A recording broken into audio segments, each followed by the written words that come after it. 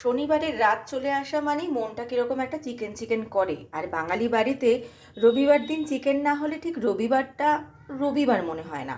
তো আমি তথাকথিত চিকেন না করে একটু অন্যরকমভাবে চিকেন করছি। নিয়েছি বোনলেস চিকেনটাকে মিক্সির মধ্যে দিয়েছি, তার সঙ্গে দিয়েছি লেবুর রস, এই যে পড়ে আছে, আর তার সঙ্গে দিয়েছি নুন, গোলমরিচ, শুকনো লঙ্কার গুঁড়ো এবং রসুন কোয়া। তো সব কিছু দিয়ে ঘেটিয়ে পেটিয়ে আমি বাড়িতে তৈরি করে নিলাম হচ্ছে চিকেন কিমা। এবার এই কিমাটাকে দিয়ে কি করব দেখতে থাকুন। জল গরম করতে দিয়েছি, মোটামুটি ফুটে উঠেছে। এবার আমি যেটা করব সেটা হচ্ছে যে এইখান থেকে আমি পুরো লুচি করার মতন লেচি করে ছোট ছোট চিকেন কিমার বল হাতে এইভাবে তৈরি করে নেব। এবং যখন জলটা একদম ফুটে উঠবে আমি এই বলগুলো ফুটন্ত জলের মধ্যে দিয়ে প্রায় 15 মিনিট মতন সেদ্ধ করব। তো দেখুন জল ফুটে গেছে। এবার আমি একে একে দিয়ে দেব এই চিকেন কিমার বলগুলো, যার মধ্যে রয়েছে গোলমরিচের গুঁড়ো, শুকনো লঙ্কার গুঁড়ো, নুন এবং গরম মশলার গুঁড়ো এবং তার সঙ্গে লেবুর রস এবং রসুন। যখনই চিকেন বলগুলো সেদ্ধ হয়ে যাবে, চিকেন বলগুলো কিন্তু উপরে ভেসে ভেসে উঠবে, আর তাতেই কিন্তু বোঝা যাবে যে চিকেন বলটা সেদ্ধ হয়ে গেছে। তো এইভাবে একে একে আমি বলগুলো দিয়ে দেবো ভেতরে। দেখুন চিকেন বলগুলো কিন্তু খানিকটা সেদ্ধ হয়ে গেছে। এরকম সেদ্ধ হলে কিন্তু এই কাঁচা চিকেন বল সেটা কিন্তু সেদ্ধ হলে এরকম হোয়াইটিশ হয়ে যাবে। এবং এইভাবে আমি পুরো ময়দা থেকে যেভাবে লেচি কাটা হয় ঠিক সেইভাবে এইগুলো গোল গোল করে নেব এবং মোটামুটি সমান মাপে, মানে খাবার টেবিলে বসলে আবার যাতে কেউ বলতে না পারে যে আমার বল ছোট আর তোমার বল বড়। তো যাই হোক, এইভাবে চিকেন বলগুলো গোল করে করে দিতে থাকছি। বেশ অনেকগুলোই হয়েছে।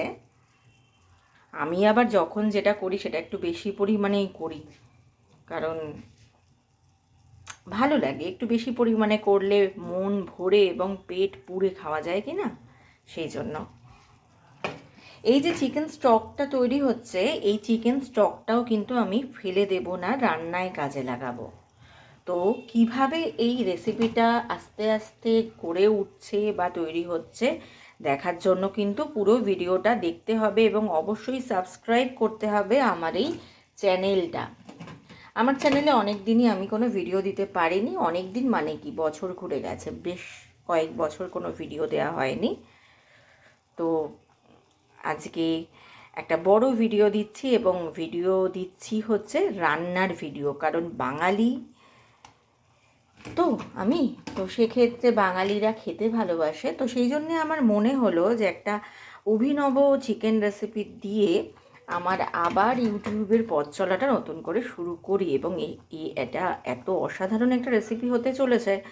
আমি কিন্তু আপনাদের সবাইকেই বলবো আপনারা এই রেসিপিটা ট্রাই করবেন বাড়িতে, এবং অবশ্যই কমেন্ট সেকশনে কমেন্ট করে জানাবেন যে কে কে বানালেন এবং কেমন হয়েছিল রেসিপিটা।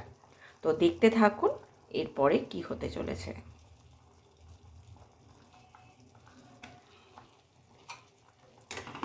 একটু উপর নিচ করে দিই।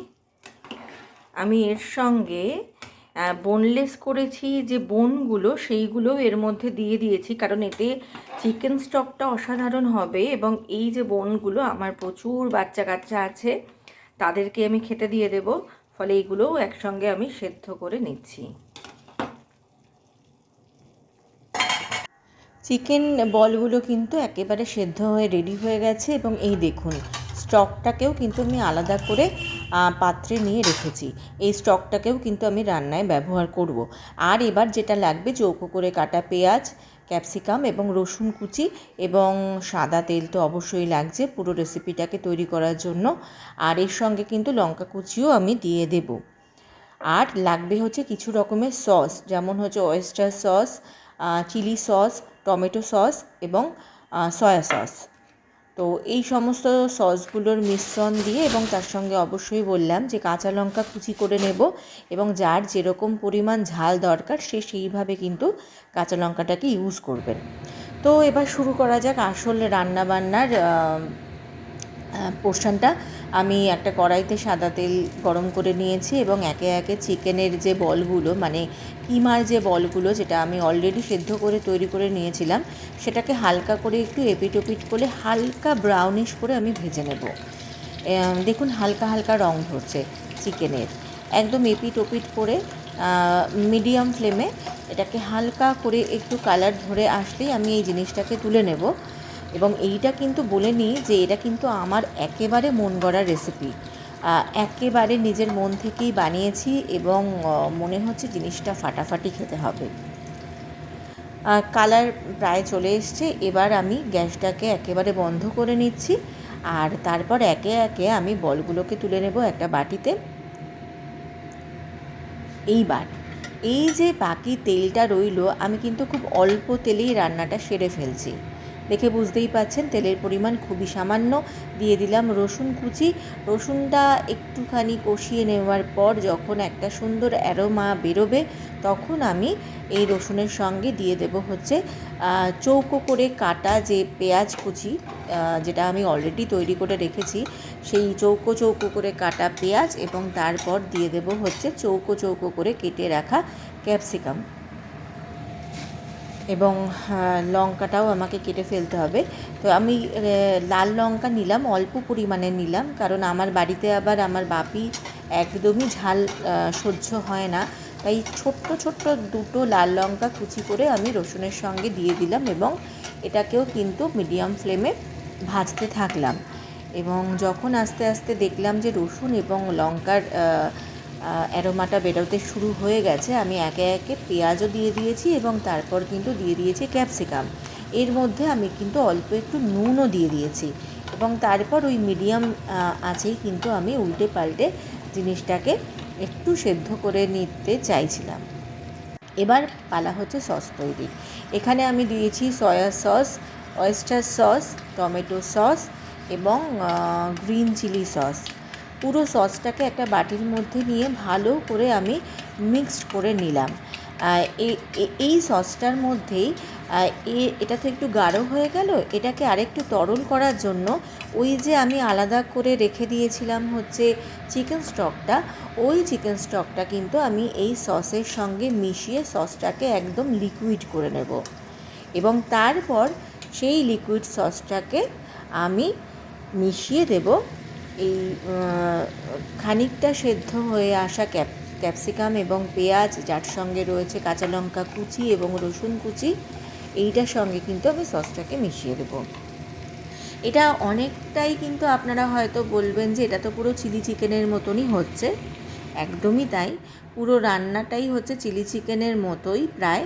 এবং আমি কিন্তু ওই রেখে দেওয়া যে স্টকটা রয়েছে সেটাকেও কিন্তু আবারও পরে ইউজ করব। আমি কিন্তু পুরো স্টকটাকে ইউজ এখনও করিনি, 50% ইউজ করেছি এই সসের সঙ্গে এবং বাকি স্টকটাও আমি পরে দেব।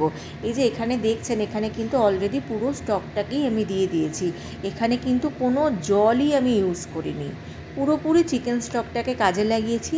এর ফলে কি হয়, এই খাবারটা পুরোপুরি হেলদি হয় এবং ভীষণ টেস্টি হয়। আর আমার রান্না একেবারেই শেষ পর্যায়ে চলে এসেছে। আমি বাপির অংশটা তুলে রেখে এরপরে 4 থেকে 5টা কাঁচা লঙ্কা একটু ব্যাকা ব্যাকা করে কেটে নিয়ে এর মধ্যে মিশিয়ে দিয়েছিলাম এবং একেবারে শেষ পর্যায়ে যেটা করেছিলাম সেটা হচ্ছে একটুখানি জল নিয়েছিলাম, সেটাকে গরম করে তার মধ্যে কর্নফ্লাওয়ার মিশিয়ে দিয়ে সেইটাকেও কিন্তু এর সঙ্গে মিশিয়ে দিয়েছিলাম। অসাধারণ খেতে।